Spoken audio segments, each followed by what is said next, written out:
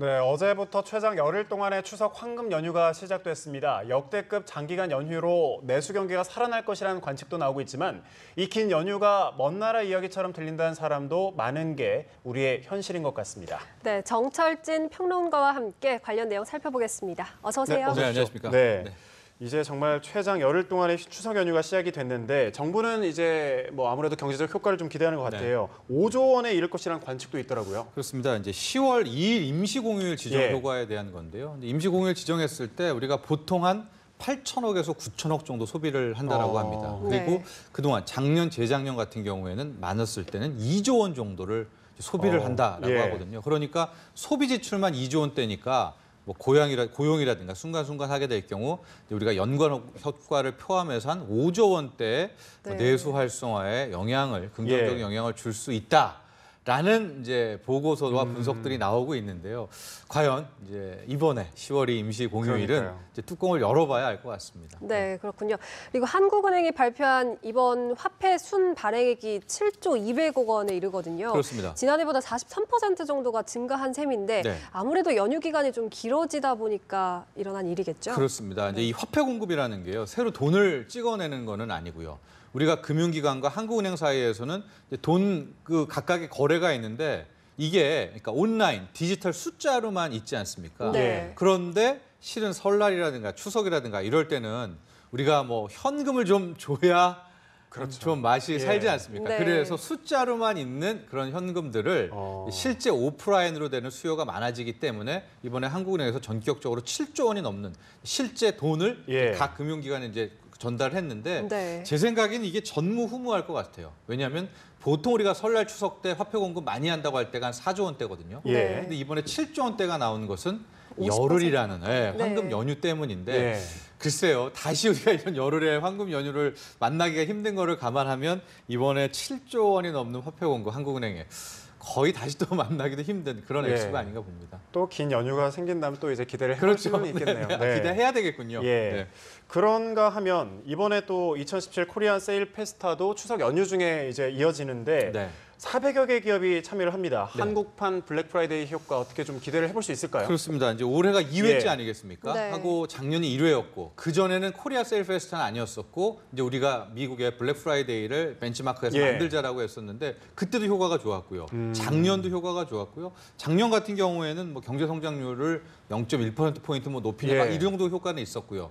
그래서 올해 분위기로만 보면은 제2회 코리아 세일 페스타의 준비는 가장 좋거든요. 가령 업체 참여 수도 지금 400개에 육박을 하고 그동안에 계속 지적받았던 게 왜 유통업체만 끼냐. 그렇죠. 정작 제조업체가 들어와야 좋은 물건을 할인이 더 크지 않겠느냐라고 해서 지금 뭐 삼성전자, LG전자, 현대차, 기아차가 다 참여하기는 하는데 문제는 이제 올해 연휴가 또 너무 길다 보니까 많이 해외여행을 가셨죠. 그렇죠. 네. 게다가 올해 같은 경우에는 사드 관련 중국의 경제 보복 때문에 기대했던 유커들이 위축돼. 거의 또 안 오고 있고 북한 관련한 이 북핵 리스크 때문에 다른 곳에 지금 외국 관광객도 그리 작년에 비해서는 많이 오지 않는다고 하거든요.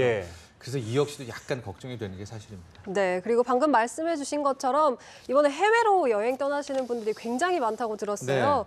올해 190만 명 이를 것이라고 하는데. 아마도 지금 이 방송을 인천국제공항에서 보고 계실 수도 있을 것 같은데요. 직전 제가 지난주 월요일 날 집계를 봤을 때가 한 112만 명 정도였었거든요. 해외 관광. 이 공식 집계입니다. 근데 우리가 이제 이건 미리 표 끊고 하셨던 분이고 이제 또 이렇게 왔는데 야 우리 가자 막 이래가지고 좀 즉흥적으로 가시는 분들 있지 않습니까? 그래서 이렇게 저렇게 한 130만 명 이상이라고 했는데 또 이게 봐야 되니까 많게는 거의 190만 명 정도까지도 빠져나갈 수가 있다라고 볼 수가 있는데요. 실은 이렇게 되니까 뭐가 걱정이 되냐면요.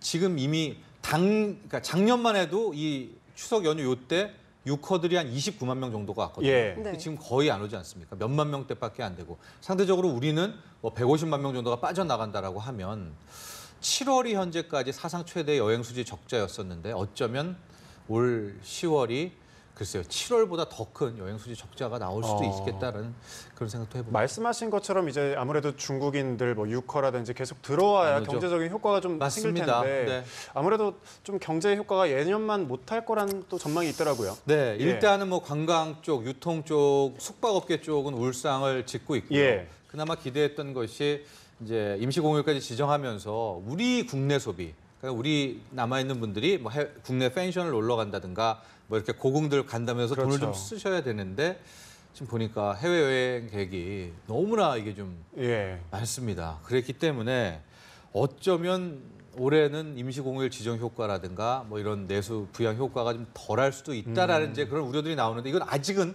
모릅니다. 네. 그래서 지켜봐야 되겠네요. 남아 있는 예. 우리 분들이 좀 이렇게 저렇게 뭐 큰 돈 쓰라는 게 아니라 그렇죠. 좀 놀러 가셔서 좀 외식도 하시고 그랬으면 좋겠습니다. 네, 그리고 저희가 이렇게 시청자 여러분께 뉴스를 전해드리려고 나와서 일을 하고 있지만 네. 이 긴 연휴가 좀 남일처럼 느껴지시는 분들이 굉장히 많을 것 같아요. 이번 조사 결과 추석 연휴도 부익부 빈익빈 이렇게 그렇습니다. 나왔다고요. 이제 일을 하시는 분들이 상대적으로 많고 대부분이 다 이제 중소기업 분들이라고 해요. 물론 정부 당국에서 이 중소기업 분들 좀 쉬게 해주려고 대기업이랑 해서 납품 기한을 아예 10월 13일 이후로 그러니까 연휴 직후가 아니라 그거부터 일주일 뒤로 더 밀어놓기도 예. 했거든요. 네. 그럼에도 불구하고 최근에 가장 최근 통계를 좀 보면 원래는 셋 중에 한 명 정도가 못 쉽니다. 이렇게 응답을 예. 했다라고 하는데 가장 최근의 설문조사는 거의 45%, 44%가 못 쉽니다라는 응답을 좀 절반가량. 절반으로 좀 늘었던 걸로 봐서 빈익빈 부익부 얘기를 하셨는데 또 이 황금 여유이긴 하지만 또 많은 분들이 해외로 나가시기는 하지만요. 또 그 기간에도 많이 또 일하시고 또 힘든 분들도 우리 사회에 함께 이제 공존하고 있는 것 같습니다. 그렇군요. 아무래도 이제 기업 저마다의 좀 사정이 다르기 때문에 동등하게 비교를 할 수는 없겠지만 뭐 경총 조사 결과를 보면 이제 평균 휴무일도 8.5일로 집계가 됐고 네. 아무래도 추석 상여금도 양극화가 좀 뚜렷하다고 해요. 그렇습니다. 예. 이제 보통 우리가 중소기업 중에서 거의 한 30%는 예. 추석 상여금이 없고요. 그러니까 상여금을 지급한 대 중에서 중소기업이 채 100만 원이 안 됩니다. 한 예. 90만 원 정도가 되거든요. 반대적으로 우리가 말한 중견기업 이상, 대기업들은 뭐 150만 원 혹은 그 이상의 또 이 추석 상여금들도 지급이 되면서 이 2배 차이가 나는 것 같아요. 거의. 예. 이런 식으로 또 이런 추석 상여에도 이런 차이가 있는데요. 글쎄요, 또 이걸 우리가 앞으로도 극복을 해야 되고요. 새로운 그러니까요. 문재인 정부가 예. 예, 또 그렇게 우리의 숙제이기도 합니다. 네, 그리고 좀 다른 화제로 넘어가 보면 올 추석 차례상 차리는 데 드는 비용이 4인 가족 기준으로 25만 원가량이 든다고 해요. 네. 지난해보다 3.3% 정도 하락했다고 한 건데 이 품목별로 가격 등락에는 좀 차이가 있는 거죠. 그렇습니다. 이제 이걸 놓고서 아니 지금 막 급등했는데 밥상 물가가 예. 어떻게 작년보다 상차림 가격이 떨어졌느냐 예, 이렇게 이제 많이들 지적을 하시고 체감하지 못한다는 얘기를 하는데요. 결정적으로 이번에 좀 보면 일단 달걀 가격이 그 살충제 달걀 사건 떨어졌죠. 이후로 거의 급락을 네. 하면서 예. 전체 전체 밥상 물가를 좀 끌어내렸던 그런 효과가 있고요. 가장 실은 가격 급등이 컸던 게 과채류입니다. 과일이랑 채소, 배추 같은 부분이 너무나 높았었는데 네. 지금 이미 대거 비축 물량을 풀면서 과일 가격은 꽤 많이 지금 잡혔던 예. 것으로 파악이 되고 있거든요. 또 하나 지금 한우 가격이 꽤 많이 떨어졌어요. 그래서 이 한우 가격이 좀 떨어지면서 전반적으로 작년 대비 이 상차림 비용을 조금 떨어뜨리지 않았나 이렇게 분석이 가능한데요.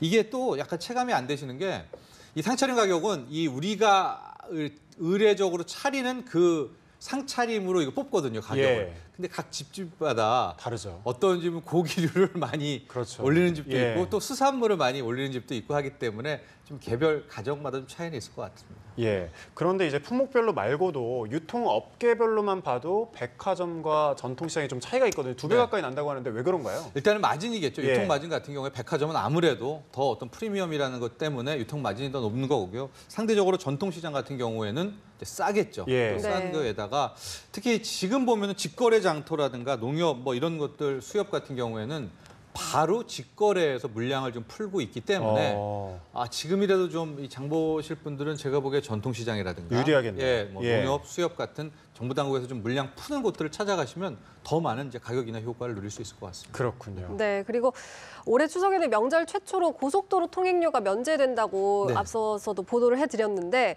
일각에서 좀 혈세 낭비다 이런 얘기도 나오고 있고 어떤 경제적, 사회적 효과가 있을까요? 근데 뭐 저는 약간 찬성하는 쪽입니다. 예. 올해 같은 네. 경우에는 이제 추석 4일을 앞두고 앞뒤 그래서 3일부터 5일에 다 고속 통행료가 이제 면제가 되고 있는데요. 그 기간 동안 아마 이번에 연휴도 그렇고 임시공휴일 지정하는 이 정부의 의도가 국민 휴식권 보장, 네. 또 한 축이 내수 부양 효과라는 이제 두 마리의 토끼를 잡겠다라는 거 아닙니까? 예. 그런 차원에서 보면 통행료 면제 가장 복잡할 때 혼잡할 때 통행료를 좀 면제하면서 국민들의 어떤 마음적 평온과 그렇죠. 휴식권 보장이 될 수가 있고요. 또 이렇게 이 톨게이트 비용이 없다라고 하면 좀 떠나시는 분들이 더 많아지는 효과가 있다라고 합니다. 그럼 이렇게 저렇게 또뭐 소비 진작, 내수 부양 효과도 분명히 있을 거라고 보고 있습니다. 예, 그냥 지나가면 또 이제 상대적으로 또 도로도 그냥 풀리지 않을까요? 아, 그 효과도 예, 있죠. 그 예, 효과도 그냥 있을 지나가기 것 같아요. 때문에. 예. 네. 알겠습니다. 그렇죠. 네. 말씀 여기까지 듣도록 하겠습니다. 정철진 경제평론가와 함께했습니다. 고맙습니다. 감사합니다. 감사합니다.